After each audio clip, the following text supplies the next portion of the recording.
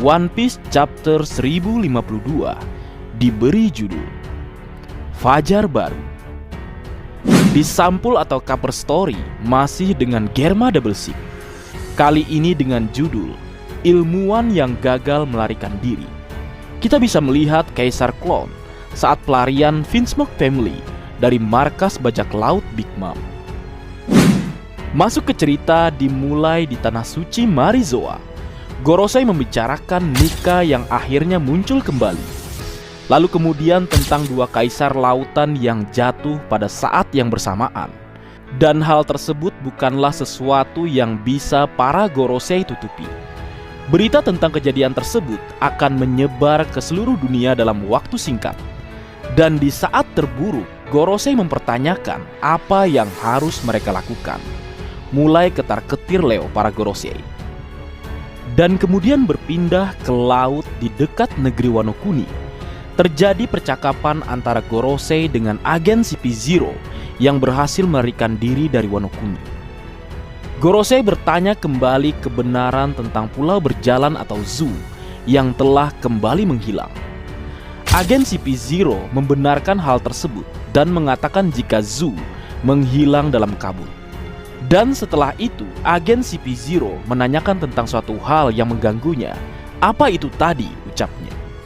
Para Gorosei kemudian membicarakan negeri Wano Kuni. Jadi perbatasan tetap ditutup. Negeri Wano Kuni masih hampir mustahil tertembus. Mereka pasti telah mengubah rencana mereka berdasarkan situasi saat ini. Sepertinya ada seseorang yang cukup pintar di antara mereka. Saat ini, upaya untuk mengambil alih dengan tentara tidak mungkin. Saya berharap setidaknya Anda akan membawa Nico Robin, ucap para Gorosei kepada agen CP0. Dan kemudian agen CP0 mengiyakan dan bersiap dengan tugas yang Gorosei berikan, yaitu membawa Nico Robin. Setelah percakapan tersebut, denden musi agen CP0 mulai berbunyi. CP0, CP0, psst. Agen CP0 mengira jika sedang terjadi gangguan. Dan setelah itu, denden musi kembali mengeluarkan suara. Hei kalian, ucapnya. Tetap di tempatmu, aku sedang dalam perjalanan. Ada sosok penting nampaknya ini Leo yang membajak percakapan CP0. Dan nanti mungkin kita akan membahas sedikit perihal Nico Robin di akhir pembahasan karena ini menarik untuk dibahas. Baik, berlanjut. Tanah negeri Wano Kuni dipenuhi dengan kegembiraan. Setelah 20 tahun kepedihan menyayat hati dan perjuangan hebat tanpa henti, akhirnya kini tirani telah pergi dari tanah para samurai negeri Wano Kuni. Pulau Onigashima benar-benar terdampar di daratan negeri Wano Kuni saat ini ya Leo. Dan berlanjut di dalam kastil Pulau Onigashima, Basil Hawkins yang kelelahan dan terengah-engah menanyakan pada Distrak apakah Distrak merupakan anjing angkatan laut. Mendengar pertanyaan Hawkins, Distrak berkata, "Kau pikir aku akan menjawab itu? Apa kau tidak ada pertanyaan lain? Kau terlihat mengerikan. Kupikir kartumu memberitahumu semua akan baik-baik saja. Selama kamu tidak mengkhianati Kaido," ucap Distrak yang terbaring di lantai dan penuh luka. Sementara Basil Hawkins duduk di dekatnya dengan kondisi yang juga memprihatinkan. Basil Hawkins kita tahu bahkan kehilangan lengan kirinya setelah pertarungannya melawan Killer. Kemudian berlanjut, Hawkins berbicara kembali sambil mengingat momen di mana aliansinya bersama Eustace Captain Kidd dan juga Scratchman Apu kedatangan seseorang yang tak terduga, yaitu sang raja hewan buas, Hyakuzu no Kaido. Yang kita tahu bersama, semua itu adalah karena ulah Scratchman Apu yang memang merupakan seorang informan bajak laut buas Kaido. Hawkins mengatakan ketika dia menghadapi Kaido, dia melihat kematian dan kemudian menyerah hingga pada akhirnya Basil Hawkins menjadi bawahan Kaido. Sementara itu, Eustace Captain Kidd dan krunya, mereka tahu mereka bisa mati, namun mereka tetap berjuang sampai titik darah penghabisan. Bahkan jika kali ini aku melihat bahwa kemenangan ada di pihak mereka, apakah kau pikir ada kesempatan bagiku untuk beralih ke pihak Kidd setelah semua yang terjadi? Tanya Hawkins pada Distrak. Kemudian masih dengan Hawkins dan Dysdrake. Dysdrake kembali membicarakan tentang ramalan Basil Hawkins tentang 1% kemungkinan untuk seseorang bertahan hidup. Dysdrake bertanya siapa orang yang Hawkins maksud. Dan setelah itu dengan kondisi menggenaskan dan memprihatinkan, Basil Hawkins menjawab jika orang yang dimaksud adalah dirinya sendiri. Lalu setelah itu dia mulai terjatuh dan nampaknya mulai kehilangan kesadaran. Kemudian berlanjut, time skip dimulai 7 hari setelah pertarungan berakhir. Situasi di ibu kota bunga. Warga Wano Kuni berkata untuk tidak melepas dekorasi festival yang baru saja berlangsung. Karena menurut Tuan Momonosuke atau Sang Shogun, akan ada festival lain yang akan segera berlangsung. Kemudian kita berpindah ke kota. Anak-anak menanyakan keberadaan guru mereka, yaitu ibu guru Sarah Hebi yang telah hilang. Dan mereka menanyakan alasannya mengapa. Gak sadar aja nih anak-anak, tuh guru sebenarnya seorang gifter, si leher ular, sang pencuci otak generasi muda negeri Wano Kuni, agen propaganda Orochi dan juga Kaido. Saat ini ada guru baru di sekolah. Guru tersebut meminta maaf karena menurut sang guru, anak-anak harus kembali belajar sejarah pahlawan dari awal. Sang guru mengatakan jika mereka akan memulai pelajaran sejarah tentang kehebatan Kozuki Oden. Warga ibu kota juga mengatakan keterkejutan mereka karena Lady Komurasaki, kecantikan nomor 1 di negeri Wano Kuni, sebenarnya adalah putri tuan mereka yaitu Kozuki Oden. Mereka juga mengatakan jika Tuan Kawamatsu si Kappa adalah orang yang menyelamatkan Lady Komurasaki atau Kozuki Hiyori dari kastil yang terbakar saat itu. Kemudian kita bisa melihat warga negeri Wano Kuni, termasuk anak-anak, bisa menikmati air bersih dengan mudah dan gratis. Warga Wano Kuni juga membicarakan tentang kisah kesetiaan yang luar biasa dari seorang samurai yang melanjutkan perjuangan di balik wajah Yakuza yang dikenal sebagai Bos Kiyoshiro. Dan samurai itu tidak lain dan tidak bukan adalah salah satu dari Akazaya atau 9 sarung pedang merah, yaitu Tuan Denjiro.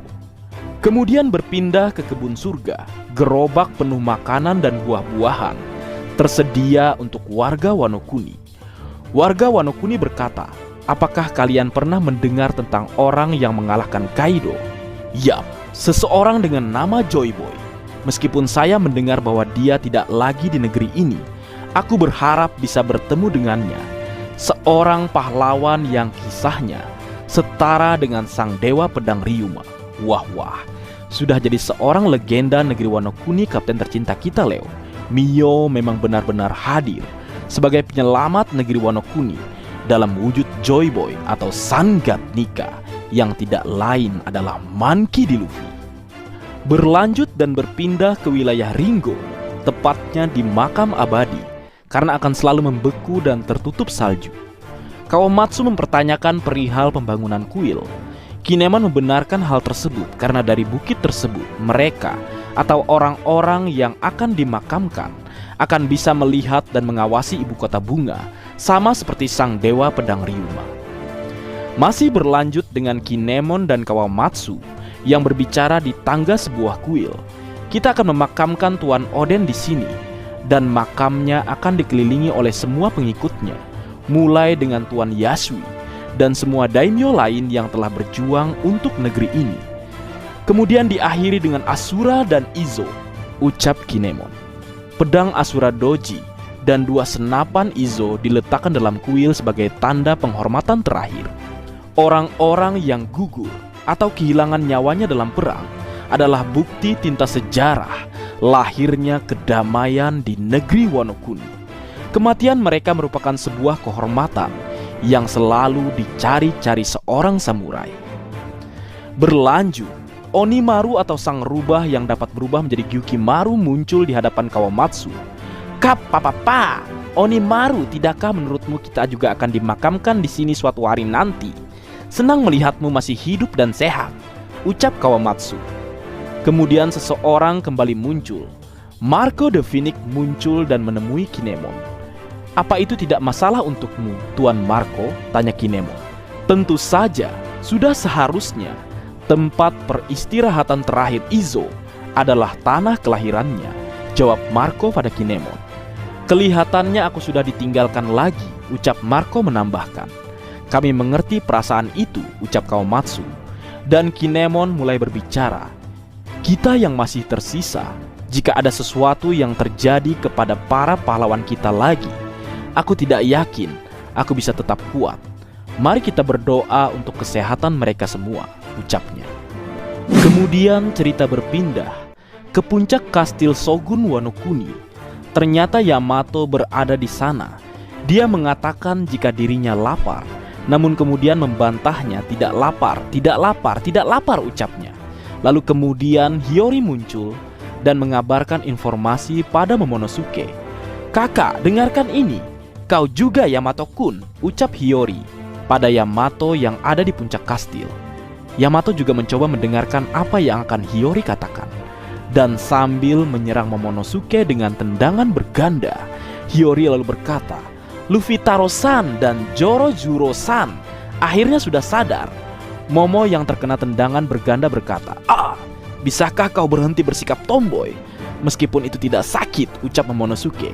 Tendangan tersebut tidak menyakiti Momo lagi, tapi tetap saja seorang shogun kena tendang sama adiknya. Dan duet pembuat onar benar-benar terbangun. Daging! Sake! Ucap Luffy dan Zoro serentak. Momo, Hiyori, dan juga Yamato telah tiba di tempat Zoro dan Luffy yang sedang makan dan minum sake bersama. Luffy, Zoro, kamu sudah bangun. Pelayan, bawa lebih banyak daging segera, ucap Momo memberikan perintah. Gro nyanya, ini enak sekali, ucap Nekomamushi.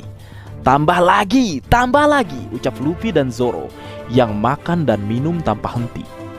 Yamato berlari ke arah Luffy dan berkata, Luffy, apa kamu sudah sadar? Kemudian setelah itu, dia memeluk Luffy yang sedang makan. Kita juga bisa melihat Chopper juga memeluk kepala Zoro. Momo kemudian berkata, Luffy, Zoro, jangan makan terlalu banyak sekarang. Aku telah memutuskan untuk mengadakan pesta nasional setelah kalian berdua terbangun. Itu akan dilangsungkan hari ini, ucapnya. Luffy dan Zoro sedikit kebingungan dalam hati mungkin. Siapa nih orang? Lalu kemudian Momo berkata, aku Momonosuke, apa kalian tidak mengenalku? Ucapnya. Luffy sedikit kaget. Apa? Oh iya, kamu sudah dewasa sekarang. Dan dengan tubuh yang terlihat tangguh juga. Lalu kemudian Zoro berkata, apakah itu diwarisi dari Oden?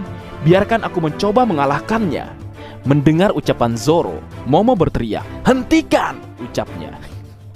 Si bocil malah ditantang Zoro, gokil. Setelah momen tersebut, Momonosuke tiba-tiba mendekati dan masuk dalam pelukan dada Nami. Hentikan, aku diganggu oleh mereka berdua. Bantu aku, Onami, ucap Momo. Nami kaget dan berteriak, menjauh dariku, ucapnya sambil meninju Momo dan membuatnya terbang. Aku masih 8 tahun, tidak sakit tapi tetap saja, ucap Momo. Benar juga ya, ucap Nami. Jangan tertipu Nami, Momo no mesum telah dewasa. Dan kemudian Luffy dan Zoro serentak berkata tentang Momo. Seperti yang kuduga, dia tangguh, ucap mereka. Dan nampaknya ya Leo, Kozuki Momonosuke ini mewarisi kekuatan tubuh dari ayahnya. Dan sambil dengan wajah puas melihat Momonosuke yang selalu membuat iri dan jengkel, iri dengki nih dari geng lelaki mesum, Sanji tertawa. Selamat datang di dunia Momonosuke dewasa. Hak istimewamu sekarang hilang, ucap Brook menambahkan. Sementara itu, Yamato berkata sambil meletakkan sebuah piring di atas kepala Momonosuke. Pikiran anak kecil dan tubuh Oden. Momo berteriak, jangan taruh piring di kepalaku setiap kali kita bertemu. Kamu memiliki tubuh yang kuat dan kamu harus berterima kasih kepada orang tuamu. Ku yakin kamu akan menjadi samurai terbaik di negeri ini, ucap Yamato. Yap, aku bekerja keras untuk itu, ucap Momonosuke. Berlanjut, Nami mengajak Yamato untuk mandi di pemandian air panas sebelum festival kembali berlangsung.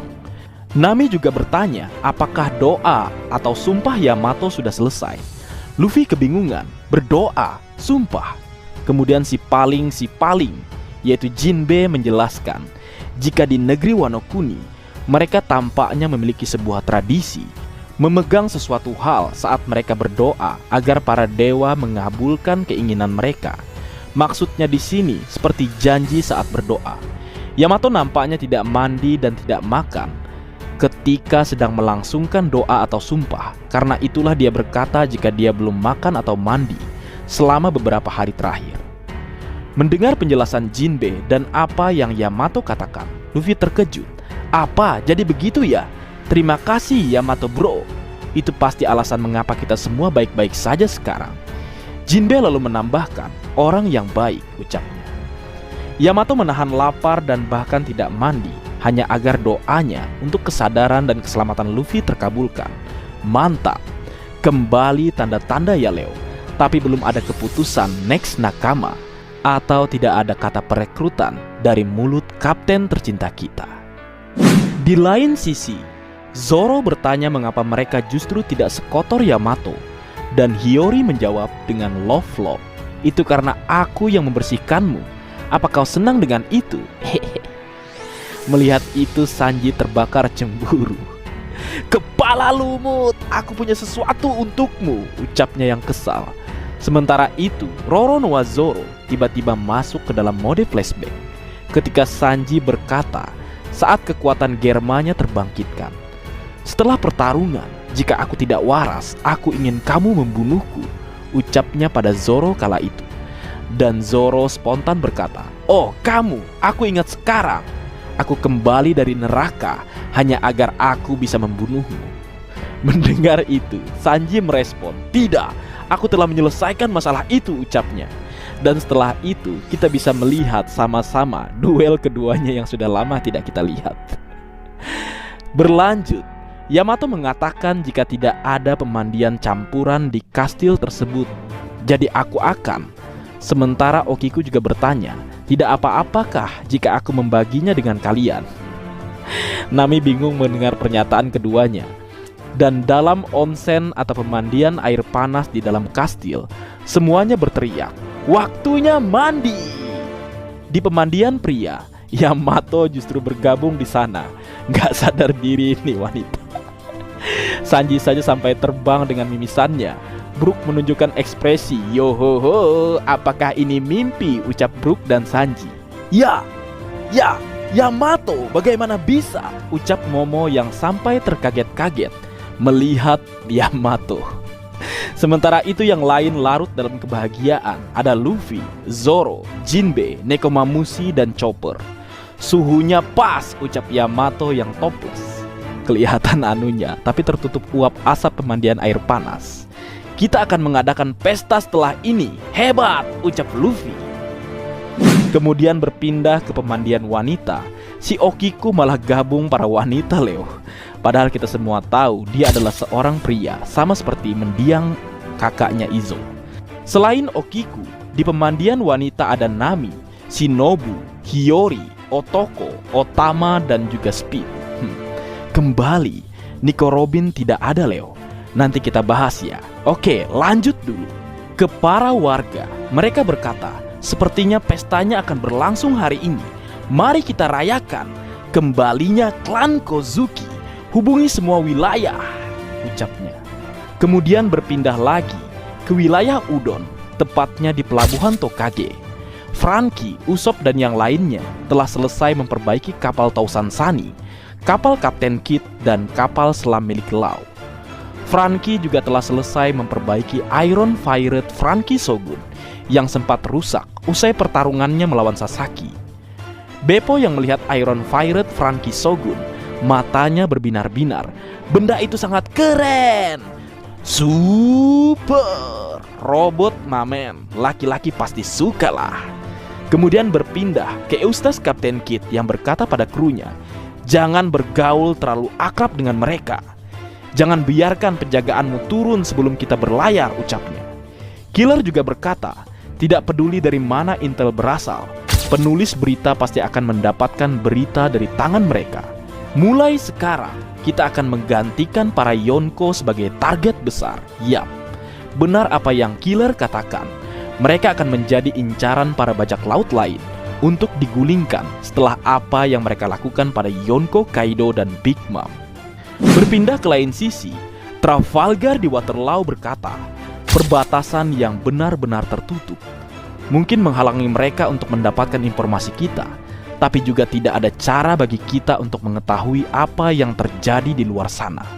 Mungkin bounty kapten dan yang lainnya telah meningkat menjadi jumlah yang belum pernah terlihat sebelumnya, ucap Beppo menambahkan. Sementara itu, seseorang muncul. Papa! Scratchman Apu muncul bersama Inbi, sang numbers nomor 1. Apu berkata, Papa, kalian benar. Aku tidak tahu dari mana mereka mendapatkan intel. Bounty yang sangat kamu pedulikan ada di dalamnya. Papa, apa kalian ingin melihat? Semuanya tertulis di sini. Bounty kalian dan orang-orang yang akan disebut Kaisar Lautan yang baru. Wadidaw. Apakah Kid dan Lau masuk dalam jajaran Kaisar Lautan, mengikuti jejak kapten tercinta kita yang sudah lebih dahulu usai mengacak-ngacak markas Yonko Big Mom dan mengalahkan 2 komandan manisnya, yaitu Charlotte Cracker dan Charlotte Katakuri? Jika benar, maka 5 kaisar terbaru ada Akagami no Sans, Kurohige, Monkey D. Luffy, Eustace Captain Kidd, dan Trafalgar di Waterloo. Menarik menunggu kebenaran yang akan terungkap selanjutnya. Dan sedikit membahas, kok Nico Robin tidak terlihat? Apakah dia tertangkap atau diculik atau apa yang terjadi padanya? Yang pasti tenang dulu Leo, karena di chapter sebelumnya dia terlihat kok saat Yamato menyatakan akan bergabung dalam kelompok bajak laut topi jerami.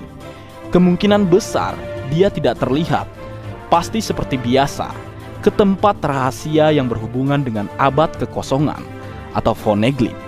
Yang kita tahu sampai sekarang belum kelihatan tuh Rod Poneglyph atau Poneglyph merahnya.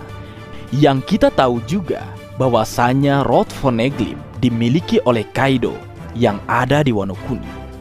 Kemungkinannya Nico Robin bersama dengan Denjiro dan Inuarashi, mengingat ketiganya tidak terlihat di chapter kali ini.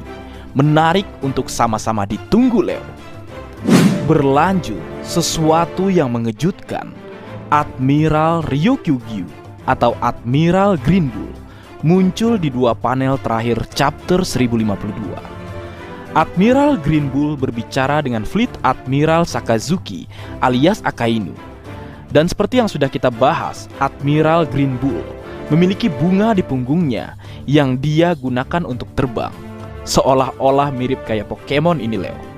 Dan ini semakin memperkuat kemungkinan dari kekuatan buah iblisnya, seperti yang kita bahas sebelumnya, yang berhubungan dengan tumbuhan atau tanaman. Berlanjut ke percakapan Green Bull dan Akainu.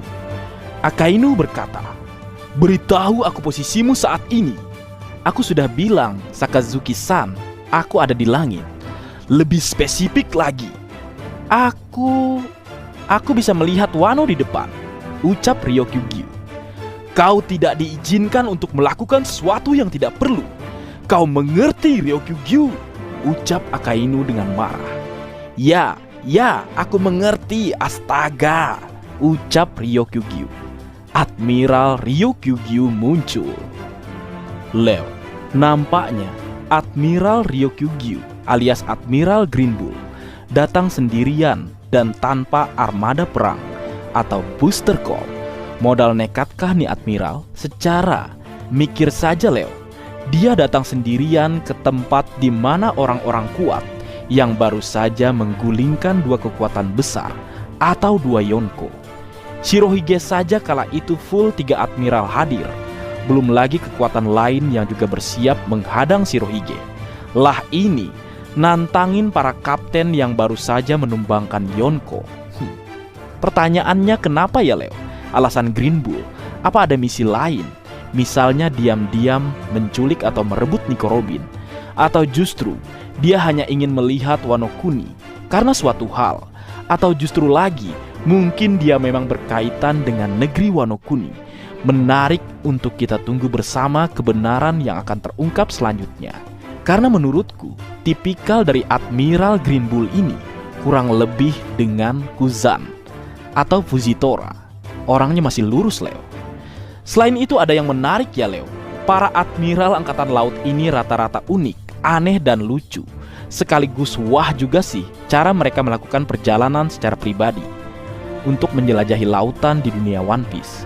Kalau secara resmi kan kita tahu dia berangkat menggunakan kapal. Nah kalau sendiri, yang terbaru tentu sosok Ryokugyu alias Green Bull yang bergerak atau melakukan perjalanan dengan menggunakan sekuntum bunga raksasa yang berputar bak baling-baling. Lalu tentu saja ada si mantan Admiral Aokiji alias Kuzan yang menggunakan sepeda ontelnya dalam mengarungi lautan, tentunya dengan bantuan kemampuan buah iblisnya dengan cara membekukan permukaan laut yang dijadikan jalur lintasan roda sepedanya. Kemudian lagi ada Admiral Kizaru alias Borsalino. Ini juga unik, Leo. Kita pernah melihatnya mengendarai sebuah peluru meriam yang ditembakkan. Mengingat dirinya yang memiliki kecepatan bak cahaya dengan kekuatan buah iblisnya. Kemudian ada Admiral Fujitora alias Iso.